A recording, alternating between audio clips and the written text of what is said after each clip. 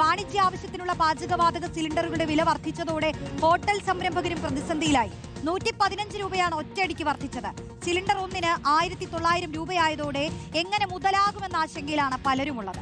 പ്രവീൺ പുരുഷോത്തമൻ ചേരുന്നു ഒരു ഹോട്ടലിൽ നിന്നും. പ്രവീൺ, പ്രതിസന്ധിയാണ്, എന്ത് ചെയ്യുമെന്ന് അറിയില്ല അല്ലെ? അവരെ സംബന്ധിച്ച് മാത്രമല്ല, ഇതിപ്പോ ഹോട്ടൽ ഇങ്ങനെ ഈ സിലിണ്ടറിന്, ഗ്യാസിന് കൂടുതൽ വില കൊടുക്കേണ്ടി വരുമ്പോൾ, ഇപ്പോൾ വാണിജ്യ സിലിണ്ടറിനുള്ള വില നമുക്കറിയാം, അത് കൂടുതലായി കൊടുക്കേണ്ടി വരുമ്പോൾ ഈ സാധനങ്ങൾക്കും ഭക്ഷണ സാധനങ്ങൾക്കും വില കൂടുമോ? റോഷ്നി, ഈ വാണിജ്യാവശ്യത്തിനുള്ള പാചകവാതക സിലിണ്ടറിന്റെ വില വർദ്ധിപ്പിച്ചതോടെ യഥാർത്ഥത്തിൽ പ്രതിസന്ധിയിലായിരിക്കുന്നത് ഇത്തരത്തിൽ ഹോട്ടലുകൾ നടത്തുന്ന സംരംഭകർ തന്നെയാണ്. ഞാനിപ്പോൾ നിൽക്കുന്നത് പത്തനംതിട്ട നഗരത്തിലെ ഒരു ഹോട്ടലിലാണ്. ഇങ്ങോട്ട് വന്ന് കയറിയപ്പോൾ തന്നെ ഒരു കാഴ്ച കണ്ടത് ഇതാ കണ്ടില്ലേ, ഇതൊരു പുതിയ സ്റ്റൗ സംവിധാനമാണ്. സിലിണ്ടറുകൾ ഉപയോഗിച്ചുകൊണ്ട് പാചകം ചെയ്യാനുള്ള ഒരു പുതിയ സംവിധാനം. പക്ഷേ ഇത് വന്ന ദിവസം തന്നെ ഇപ്പോൾ ഈ സംരംഭകൻ പറയുന്നത് 115 രൂപയോളം ഈ വിലവർദ്ധനവ് വന്നിരിക്കുന്നു. ഇവിടെ 2 സിലിണ്ടർ ഒരു ദിവസം ഉപയോഗിക്കേണ്ടി വരും. അതായത് ഒരു സിലിണ്ടറിന് 1900 രൂപ. അങ്ങനെ 2 സിലിണ്ടർ ആകുമ്പോൾ ഏകദേശം ഈ 4000 രൂപയിൽ താഴെയാകുന്നു. അങ്ങനെ ഒരു ദിവസം തന്നെ 4000 രൂപ ചെലവാണ്. ഇപ്പോൾ 100 രൂപ വെച്ച് വർധനവ് വന്നപ്പോൾ ഒരു മാസത്തേക്ക് അദ്ദേഹത്തിന് അധികം കൊടുക്കേണ്ടി വരുന്നത് 3000 രൂപയാണ്. അങ്ങനെ 5ഓ 6ഓ സിലിണ്ടറൊക്കെ ഉപയോഗിക്കുമ്പോൾ ഈ സംരംഭകർ പറയുന്നത് എക്സ്ട്രാ ആയി ഒരു 15000 16000 രൂപയോട് ഒന്നും അറിയാതെ തങ്ങളുടെ കയ്യിൽ നിന്ന്, പോക്കറ്റിൽ നിന്ന് പോകേണ്ടി വരും എന്നുള്ളതാണ്. ഇപ്പോൾ ശരിക്കും ഈ 115 രൂപ കൂട്ടിയെന്ന് പറയുമ്പോൾ പെട്ടെന്ന് ആളുകൾ ചിന്തിക്കും 115 അല്ലേ ഉള്ളൂ എന്ന് ചിന്തിക്കും. പക്ഷേ നിങ്ങളെപ്പോലെ ഇങ്ങനെ ബൾക്കായിട്ട് എടുത്ത് ഉപയോഗിക്കുന്ന സംരംഭകർക്ക് വലിയ പ്രശ്നമാണല്ലേ?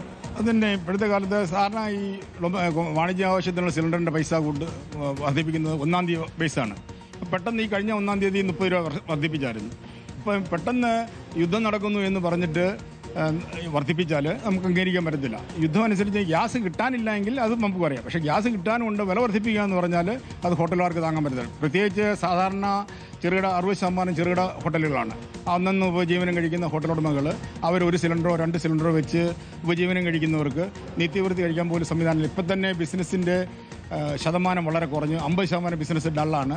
ആ സാഹചര്യത്തിൽ ഗ്യാസ് വില വർധനയുടെ കൂടെ നമുക്ക് താങ്ങാൻ പറ്റത്തില്ല, നമുക്ക് അത് അംഗീകരിക്കാൻ പറ്റത്തില്ല. ഓരോ ഹോട്ടൽ ഉടമകൾക്കും വൻപിച്ച ബാധ്യതകൾ ഈ സംവിധാനം ഉണ്ടാകും. എത്രയും പെട്ടെന്ന് ഗ്യാസ് വർധന പിൻവലിക്കണമെന്നാണ് ഒരു ഹോട്ടൽ ഉടമ എന്ന നിലയിൽ എൻ്റെ ആവശ്യം. 115 കൂടുന്നു, 115ലേക്ക് വർദ്ധിപ്പിക്കുന്നു. 115 രൂപയാണ് വർദ്ധിപ്പിച്ചത്. ഇനിയും കൂടിക്കഴിഞ്ഞാൽ ഈ ഊണിനും ഒപ്പം തന്നെ മറ്റ് ആഹാര വസ്തുക്കൾക്കൊക്കെ അത് നിങ്ങൾ അതിന് ആനുപാതികമായിട്ട് കൂട്ടേണ്ട ഒരു സാഹചര്യത്തിലേക്ക് പോകും. അങ്ങനൊരു സാഹചര്യമുണ്ട്. പക്ഷേ ഇന്നത്തെ സാഹചര്യത്തിൽ വില വർദ്ധിപ്പിച്ചുകൊണ്ട് നഷ്ടം നികത്താൻ പറ്റത്തില്ല. കാരണം പൊതുജനങ്ങൾ നമ്മളോട് സഹകരിക്കണം. പൊതുജനങ്ങൾക്ക് ഈ ബർഡന് സഹകരിക്കാനുള്ള താങ്ങാനുള്ള സാമ്പത്തിക ശേഷി ഇല്ല.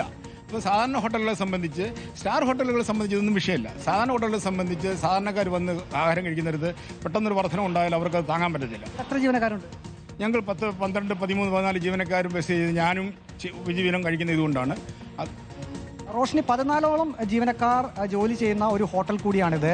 ഇപ്പോൾ നമുക്ക് കണ്ടില്ലേ, ഇവിടെ 4 വാണിജ്യ സിലിണ്ടറുകളാണ് ഇരിക്കുന്നത്. ഈ 4 വാണിജ്യ സിലിണ്ടറുകൾ ഇന്ന് ഉപയോഗിക്കുമ്പോൾ ഇവർക്ക് അധിക ചിലവ് വരുന്നത് 400-ിലധികം രൂപ, 500-ൽ താഴെ രൂപ ഒരു ദിവസം തന്നെ ചിലവ് വരുന്നു. അങ്ങനെ 30 ദിവസത്തേക്ക് നാം കണക്ക് കൂട്ടുമ്പോൾ 15000 രൂപയോളം ഇവരുടെ പോക്കറ്റിൽ നിന്ന് അധികമായി പോവുകയാണ്. അത് തന്നെയാണ് ഈ ഹോട്ടൽ മേഖലയിലുള്ളവരുടെ പ്രതിസന്ധി എന്ന് പറയുന്നത്. പക്ഷേ അവർ വളരെ മാന്യമായി തന്നെ പറയുന്നു, ഉപഭോക്താക്കളിൽ നിന്ന് അല്ലെങ്കിൽ ഭക്ഷണം കഴിക്കാൻ വരുന്നവരിൽ നിന്നും വില കൂട്ടുന്നില്ല, വില കൂട്ടിയൊന്നും വാങ്ങിക്കുന്നില്ല.